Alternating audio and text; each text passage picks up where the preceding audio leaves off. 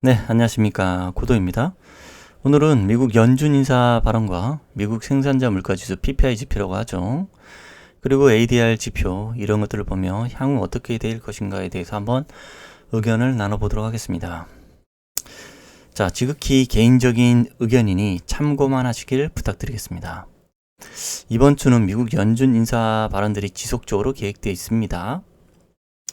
오늘 새벽에 발언한 크리스토퍼 월러 연준 인사는 이번 CPI 데이터에 대해서 시장이 과잉 반응했으며 아직 갈 길이 멀다고 발언했습니다. 그리고 다음번 회의나 그 다음번 회의에서 잠재적으로 금리를 50pp씩 올리는 것을 고려하고 있다고도 말했습니다. 정리하면 금리 인상 폭보다는 최종 금리가 어디까지 오를지 그런 거에 더 신경 쓰고 있는 것 같습니다.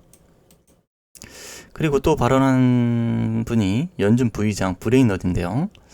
이분은 이번 인플레이션 데이터에 대해 일단 안심된다고 했고요. 조만간 금리 인상폭을 늦출 것이 적절하다고 말했습니다.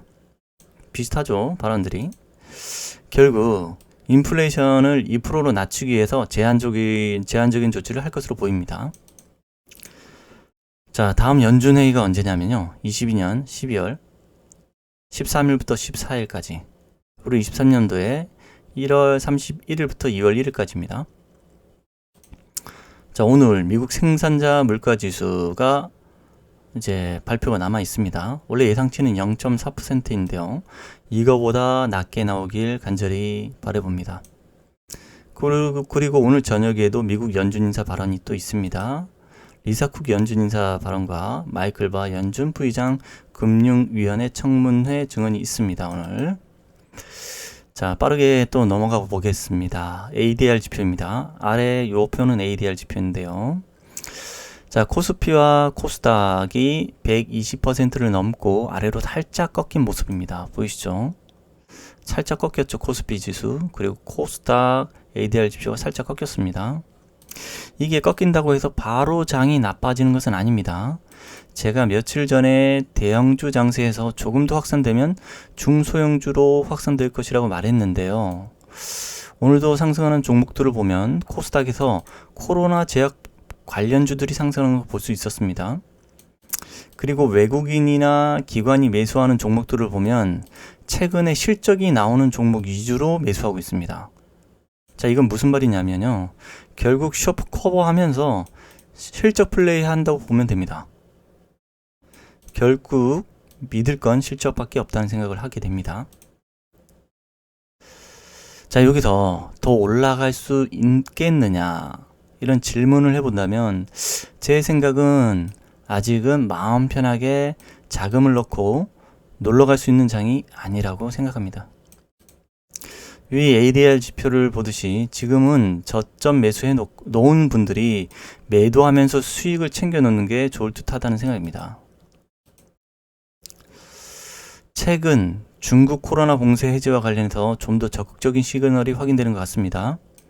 오늘 연합뉴스 기사를 보면 중국 외국인의 독일 바이오엔테크 백신 긴급 승인 고려라는 기사를 확인할 수 있습니다.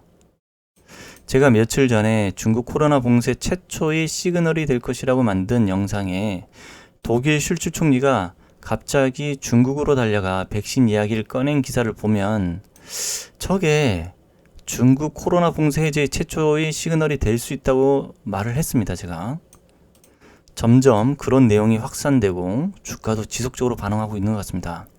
그때 제가 LG생활건강을 말씀드렸는데요. 잘 상승하는 모습입니다.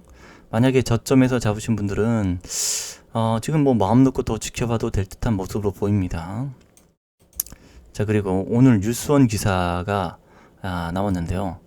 G20 공동성명 초안에서 통화 긴축 속도 적절히 조정이라는 그 제목을 보았습니다. 제가 결국 짧은 시간에 상당폭으로 올려놓은 금리를 잠시나마 지켜보겠다는 것입니다. 위 내용은 이미 예측 가능한 내용이라고 봅니다. 이렇게 빠른 시간에 상당한 폭으로 금리를 올렸던 적이 거의 없습니다. 미국도 그것으로 인해 최근 많은 위험한 순간들을 포착을 했고 잠시나마 시장이 어떻게 반응하는지 살펴보겠다는 것입니다. 결국 크게 달라진 시장은 아닙니다. 우리가 봐야 할 것은 결국 지표들입니다. 그리고 정치와 경제를 함께 공부해야 합니다. 정치적 움직임이 경제와 밀접하게 연관되어 있기 때문이고요. 그것이 주가에 영향을 주기 때문입니다.